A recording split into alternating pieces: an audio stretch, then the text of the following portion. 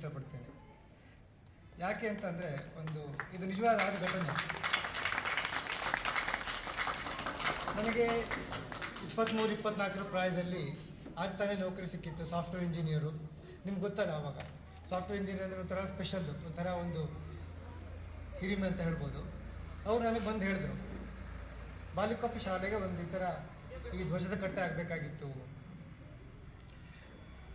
ಅವಾಗ ನನಗೆ ದಾನ ದೇಣಿಗೆ ಅದನ್ನು ವಿಚಾರ ಮಾಡುವಂಥ ಏಜು ಅಲ್ಲ, 23-24ರಲ್ಲಿ ನಿಮ್ಗೆ ಗೊತ್ತು, ಅಥವಾ ಅದ್ರ ಬಗ್ಗೆ ನಾನು ವಿಚಾರ ಮಾಡಿರಲಿಲ್ಲ. ಅವ್ರು ಹೇಳಿದಾಗ ನನಗೆ ಇದಕ್ಕೆಲ್ಲ ಎಷ್ಟು ಖರ್ಚು ಅಂತಲೂ ಗೊತ್ತಿಲ್ಲ.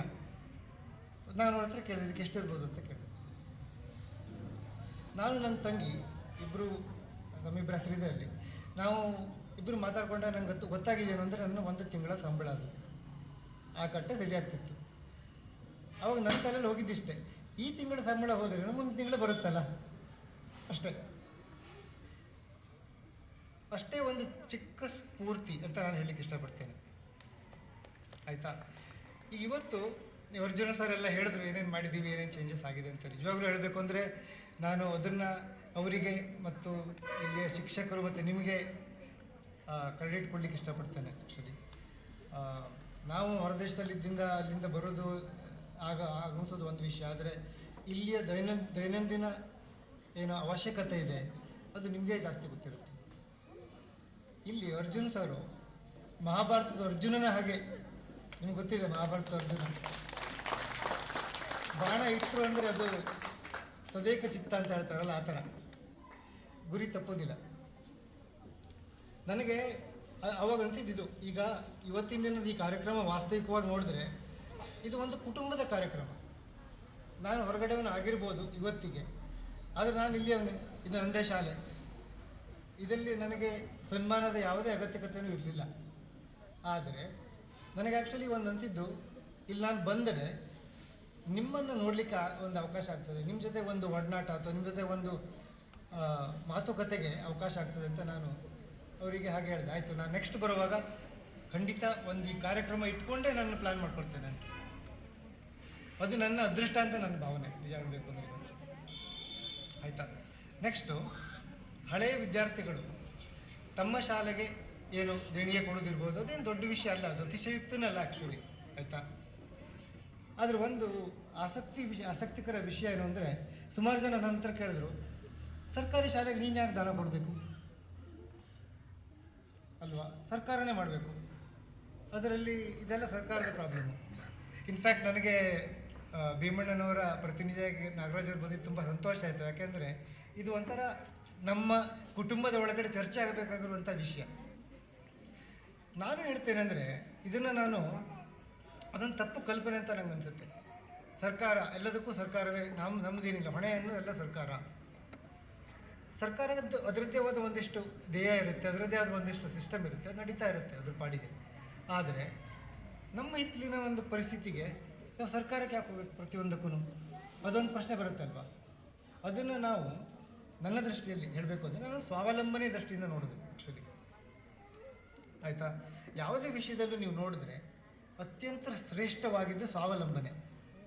ಇವತ್ತಿನ ನಿಮಗೆ ಗ್ಯಾಸ್ ಸಿಲಿಂಡ್ರು ಪ್ರಾಬ್ಲಮ್ಮು ಎಲ್ಲರಿಗೂ ಗೊತ್ತಾಗಿದೆ. ಅದರ ಅರ್ಥ ಏನು ಅಂದರೆ ಅಲ್ಲಿ ಸ್ವಾವಲಂಬನೆ ಇಲ್ಲ ನಮ್ಮ ಹತ್ರ. ನಾವು ಯಾವುದೋ ದೇಶದ ಮೇಲೆ ಪರಾವಲಂಬನೆ ಆಗಿದ್ದೇವೆ, ಹೌದಾ? ಅದು ಪ್ರತಿ ಹಂತದಲ್ಲೂ, ಪ್ರತಿ ಜಾಗದಲ್ಲೂ, ಪ್ರತಿ ಸಂದರ್ಭದಲ್ಲೂ ನಮ್ಗೆ ಕಾಣ್ತಾನೆ ಇರುತ್ತೆ. ಈ ಸ್ವಾತಂತ್ರ್ಯ ಅನ್ನೋದು ನನ್ನ ದೃಷ್ಟಿಯಲ್ಲಿ ಅದು ಸ್ವಾವಲಂಬನೆ ಅಂತ ಬರೋದು. ಅದಕ್ಕೆ ನಾನು ಅದನ್ನು ಒಂದು ವಿಷಯವಾಗಿ ಇದೇ ಸಂದರ್ಭದಲ್ಲಿ ನಿಮ್ಮ ಜೊತೆಗೆ ಹಂಚಿಕೊಳ್ಳುವಂತ ಅಂದ್ಕೊಂಡೆ ನಾನು ಆ್ಯಕ್ಚುಲಿ. ಈಗ ನಮ್ಮ ಶಾಲೆ ವಿಷಯಕ್ಕೆ ಬಂದರೆ, ನೀವು ಒಂದು ಸಿಂಪಲ್ ಗಣಿತ ಹೇಳಬೇಕು. 75 ವರ್ಷಕ್ಕಿಂತ ಜಾಸ್ತಿ ಇತಿಹಾಸ ಇದೆ, ಹೌದಾ? 1,000 ಆದರೂ ಇಂಜಿನಿಯರ್ಸೇ ಇಲ್ಲಿ ತಯಾರಾಗಿದ್ದಾರೆ ಈ ಶಾಲೆಯಲ್ಲಿ, 1,000. ಆಯಿತಾ? ಈಗ ಇಲ್ಲಿ ನಾವೇನೇನು ಬದಲಾವಣೆ ಮಾಡ್ಕೊಂಡಿದ್ದೀವಿ, ಇದಕ್ಕೆ ಅದರಲ್ಲಿ ಒಬ್ಬನ ಅವಶ್ಯಕತೆಯೂ ಇಲ್ಲ, ಅರ್ಧ ಸಾಕು. ಅಂದರೆ ನಮ್ಮ ಹತ್ರ ಇನ್ನೂ 900ಕ್ಕೂ ಹೆಚ್ಚಿನ ಜನದ ಸಾಮರ್ಥ್ಯ ಇದೆ, ನಮ್ಮ ಹಿತ್ತಲಲ್ಲೇ ಇದೆ, ನಮ್ಮ ಹಿತ್ತಲಲ್ಲೇ ದುಡ್ಡಿನ ಗಿಡ ಇದೆ. ನಮಗೆ ಏನಾಗುತ್ತೆ ಅಂದರೆ ಎಷ್ಟೋ ಸಲ ಅದು ನಾವು ನೋಡೋದೇ ಇಲ್ಲ, ನಮ್ಗೆ ಗೊತ್ತಾಗಲ್ಲ. ನಮ್ಮ ಹಿತ್ತಲಲ್ಲೇ ದುಡ್ಡಿನ ಗಿಡ ಇದ್ದಾಗ ನಾವು ಅದನ್ನು ಕೊಯ್ಲಿಕ್ಕೆ ಮನಸ್ಸು ಕೊಡೋದಿಲ್ಲ ಅಲ್ವಾ? ಇಲ್ಲಿ ವಿಷಯ ಇರೋದಷ್ಟೇ, ಪ್ರತಿಯೊಂದು ವಸ್ತುಗೂ ನಾವು ನನ್ನ ದೃಷ್ಟಿಯಲ್ಲಿ ಸರ್ಕಾರ ಏನೇನು ಕೊಡುತ್ತೋ ಅದರ ಶಕ್ತಿ ಮೀರಿ ಕೊಡುತ್ತೆ ಆ್ಯಕ್ಚುಲಿ. ನೀವು ಅಂತಾರಾಷ್ಟ್ರೀಯ ಮಟ್ಟದಲ್ಲಿ ವಿಚಾರ ಮಾಡಿದ್ರೆ ಭಾರತದ ಸಮಸ್ಯೆ ಇರ್ಬೋದು, ಭಾರತದ ಪ್ರಾಬ್ಲಮ್ಸ್ ಇರ್ಬೋದು, ಯಾವ ಸರ್ಕಾರವೂ ನಿಭಾಯಿಸಲಾಗದಷ್ಟು ಸಮಸ್ಯೆ ಇದೆ ಈಗ, ಆಯಿತಾ. ಅಲ್ಲಿ ನೋಡಿದಾಗ ನನಗಂಥದ್ದು ನಮ್ಮ ಹತ್ರ ಇಷ್ಟೊಂದು ಸ್ಥಳೀಯ ಸಮಸ್ಯೆಗಳನ್ನು ನಾವೆಲ್ಲ ಸ್ಥಳೀಯವಾಗಿ ಪರಿಹರಿಸ್ಕೊಡ್ಬೋದು. ಸಿಂಪಲ್ ಇದೆ ಅದು ಆ್ಯಕ್ಚುಲಿ ನೋಡಿದ್ರೆ. ಆದರೆ ನೀವು ಕೇಳ್ಬೋದು, ಆಯಿತಾ, ಇದೆಲ್ಲ ನಮಗೆ ಈಗ ಗೊತ್ತಿದ್ದ ವಿಷಯ ಆದರೆ ಹೌದು, ಹೋಗಿ ನಾವೇ ಮಾಡಿಬಿಡ್ತೀವಿ, ನಮ್ಮ ಹತ್ರ ಇಂಥ ಶಕ್ತಿ ಇಲ್ವಾ, ಹಾಗಾದರೆ ನಾವು ಯಾಕೆ ಇಲ್ಲಿ ಪರಾವಲಂಬನೆ ಆಗ್ತೀವಿ, ಯಾಕೆ ಈ ಥರ ಒಂದು ಪರಿಸ್ಥಿತಿ ಬರ್ತದೆ ಅಂತ ಬಂದಾಗ ಗೊತ್ತಿಲ್ಲದ ವಿಷಯ. ಅದಕ್ಕೆ ನಾನು ಹೇಳೋದೇನು ಅಂದರೆ, ಅದಕ್ಕೆ ಎರಡು ವಸ್ತು. ಒಂದು ಸಮಯ, ಟೈಮು. ಈಗ ನಮ್ಮ 1000 ವಿದ್ಯಾರ್ಥಿಗಳಿದ್ದರೆ ಅವ್ರನ್ನೆಲ್ಲ ಹುಡುಕಿ ತೆಗೆದು ಎಲ್ಲೆಲ್ಲೋ ಇದ್ದಾರೆ ನೋಡಿ. ನಿಮ್ಮಲ್ಲೇ ಪಾಲಕರಿಗೆ ಗೊತ್ತು, ನಿಮ್ಮ ಕುಟುಂಬದಲ್ಲೇ ಎಷ್ಟೊಂದು ಜನ ಇದ್ದಾರೆ ಈ ಶಾಲೆಯಲ್ಲೇ ಓದಿ ಅತ್ಯಂತ ಯಶಸ್ವಿ ಆಗಿದ್ದಂಥವ್ರು. ಆದರೆ ಅವ್ರಿಗೆ ಗೊತ್ತಿಲ್ಲ ಈ ಶಾಲೆಗೆ ಒಂದು ಅವಶ್ಯಕತೆ ಇದೆ ಇದು, ಯಾಕೆಂದರೆ ಅವರದ್ದು ಬಿಸಿ ಲೈಫು, ಬಿಸಿ ಸ್ಕೆಡ್ಯೂಲ್ ಇರ್ತದೆ, ಹೌದಾ. ಎರಡು ವಿಷಯ ಅಂತ ಹೇಳಿದೆ, ಒಂದು ಸಮಯ ಬೇಕು, ಎರಡೋದು ಪರಿಶ್ರಮ, ಆಯಿತಾ. ನೀವು ಕೇಳ್ಬೋದು ಎಷ್ಟು ಸಮಯ ಬೇಕಾಗುತ್ತೆ ಒಂದು ದೊಡ್ಡ ವಸ್ತು ದೊಡ್ಡದೊಂದು ಮಾಡಬೇಕು ಅಂದರೆ.